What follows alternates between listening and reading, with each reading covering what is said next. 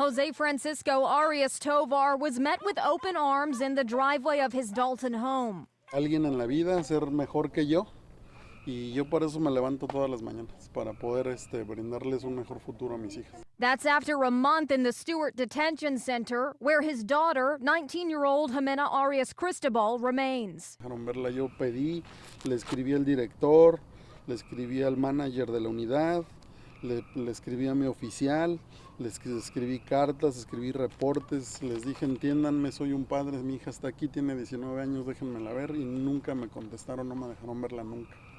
He got to speak to her that Thursday he was released. Jimena me llamó por teléfono y me dice que si estaba feliz. Y le dije, hija, no te puedo contestar eso. Yo salí mi cuerpo, pero mi corazón se queda. With all but one family member now in his arms, Arias Tovar told us about the detention center. Horas esperando para comer. A veces son las 2 de la tarde y no te han dado nada de comer. La gente tiene hambre ahí adentro y solo te cierran la puerta y no hay comida. Ese es un trato como de animales. Tienen a 90 personas, gente durmiendo en el concreto, en el piso. Llegan autobuses y autobuses de gente inocente. La policía no está haciendo bien su trabajo, están inventando cargos que no son.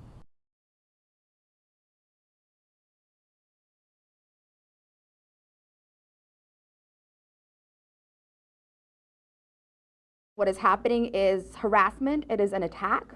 And it is absolutely violent at every level. Stark words from Stefania Arteaga, co-founder of the Carolina Migrant Network, about what she calls unusually high numbers of ICE arrests last week. We know that community members are scared to take their children to school, to go to the grocery store, to do everything we take for granted. Last week, Channel 9 heard from parents at Charlotte East Language Academy upset about this video that they say shows an arrest near the school drop-off line. The daughter of this man, Jose Martinez Hernandez, also spoke, saying ICE arrested him last week on the way to his construction job. She says she now has to work in construction to support her 10 brothers and sisters. For the first time in my life, I saw my father cry.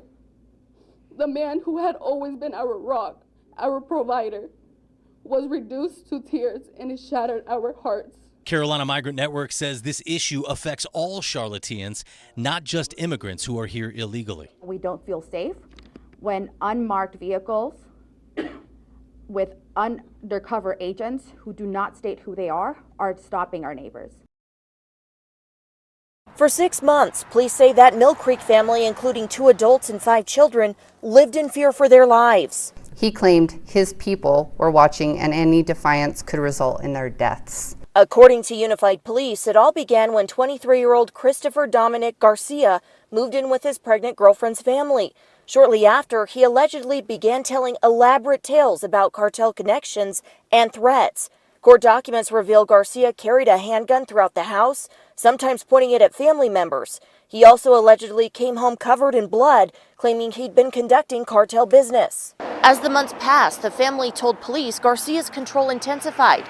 Beyond controlling their movements, he coerced them into abandoning their home for a month. One of the more disturbing allegations involved a forced boot camp of his girlfriend's sister after she tried to get help. He was physically abusing the victims, including holding the victim's head underwater in an ice bowl as punishment. Chris Bertram is a retired chief of police turned private investigator. He says although Garcia told police the cartel threats weren't real, the family's safety is the most important thing. The perpetrator, creating a theater for them to believe that there is in fact duress or they're under, some type of, control. Is it enough for authorities to go off of his word that he made it up? There's definitely got to be some follow-up investigation. He may acknowledge that it's a ruse. However, a good investigation is going to run that down. You failed me. I'm a U.S. citizen. You failed me. For Crystal Londonio, He gives me strength and purpose.